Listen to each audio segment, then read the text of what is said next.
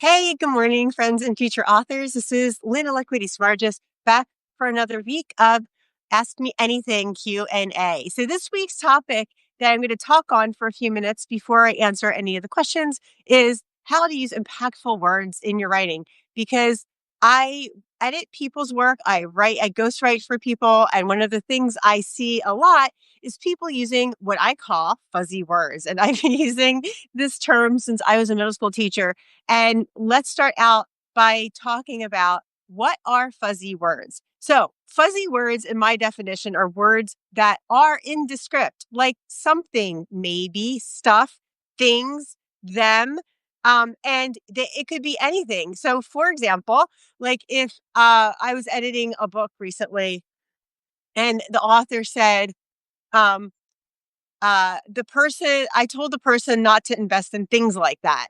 And so, like, what kind of things are you talking about? Right. So these fuzzy words are really indescript, and it really sucks the power out of your content. It makes your content not hit home, and it makes your content a little less valuable. So we always want to identify what we're talking about when we talk about when we're writing.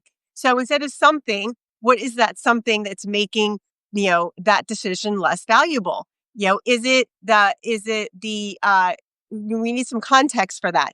So maybe that's something that's making it less valuable is not having, like, I think this was um a real estate investment. So, you know, is that something that's making it less valuable, not making sure that, you know, the coding is up to, the code is up to inspection or whatever, right? So you need to identify what it is. So don't use the word stuff too. Stuff is really overused. And I don't know what you mean when you say stuff. Like if I just came up to you and said, what's all this stuff? It could be anything. I mean, obviously, if there's a huge pile on the floor, you would know, but you would have to prefix that with like sending that out, right? So like you have to make sure that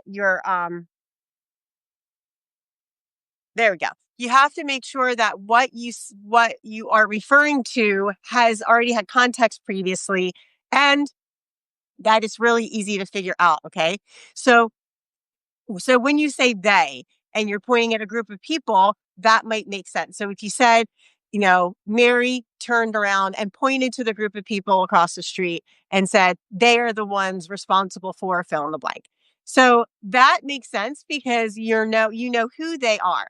But if you just say, you're just talking about the situation and you said they're the ones responsible and you're not mentioning who it is or what the group is or who the people are, then you just lost a lot of impact with your words. So make sure to avoid words that are indescript. If you just use them in a sentence by themselves, would anybody know what it meant? So if the answer is no, then make sure that you are changing that word, something, stuff, maybe, sort of, things into what it actually is. Make your words more impactful. It really helps with bringing value to your content. It really helps with explaining what you're doing. And it also helps with, sorry, I have a yellow jacket around me and I'm allergic to yellow jackets.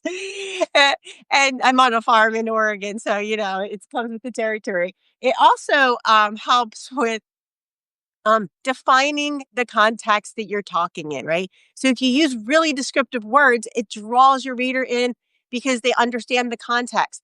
Readers are not going to be attracted to context they don't understand. Okay. So you need to make it easy for your reader to go step by step through your content. So that way you can draw the reader through the journey, whether that's nonfiction or fiction. Okay. Because even if you're on nonfiction, you're still on a journey. It's just not maybe having a lot of drama in it or romance or fantasy or sci-fi.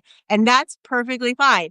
But we always want to make the most impact we can with our words. And that's where editing comes in. So if you write a story and you need to make more impact with your words, what you want is a line editor. Okay. So a lot of people think, oh, I need developmental editing, or I need organizational editing, or I need proofreading, when what you really need is a line editor. So what does a line editor do? A line editor will come into your content and go line by line and basically give you alternate like sentences to use and or like words in your sentences. So if I saw a piece of content and the sentence said, she said, I don't know about all this stuff. I can't take it anymore. And I'm like, okay, what do you mean by stuff? So I might go in there and write that she said, I don't know about having a relationship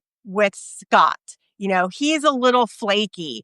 And that obviously gives you a better idea of what she's referring to and why it is she doesn't like Scott. So that's it. That there's two parts to it too. Because so sometimes when I see authors write, I see them start off the sentence strong, but then it falls off at the end of not being the script. And vice versa. Sometimes the front of the first half of the sentence is not descriptive, but then the second half, it says something about the description. But either way, I'm lost when I read that because I'm not sure what that person is referring to all the time. And even if I am sure what that person is referring to, using these indescript words just isn't good writing practice. So when you're writing, what I would suggest to do if you want to get out of the habit of writing is just free write. Pick a topic, any topic, and it can be a topic you like a lot, and free write a paragraph about it. And then after you free write, and don't think about your fuzzy words, right? Just free write it.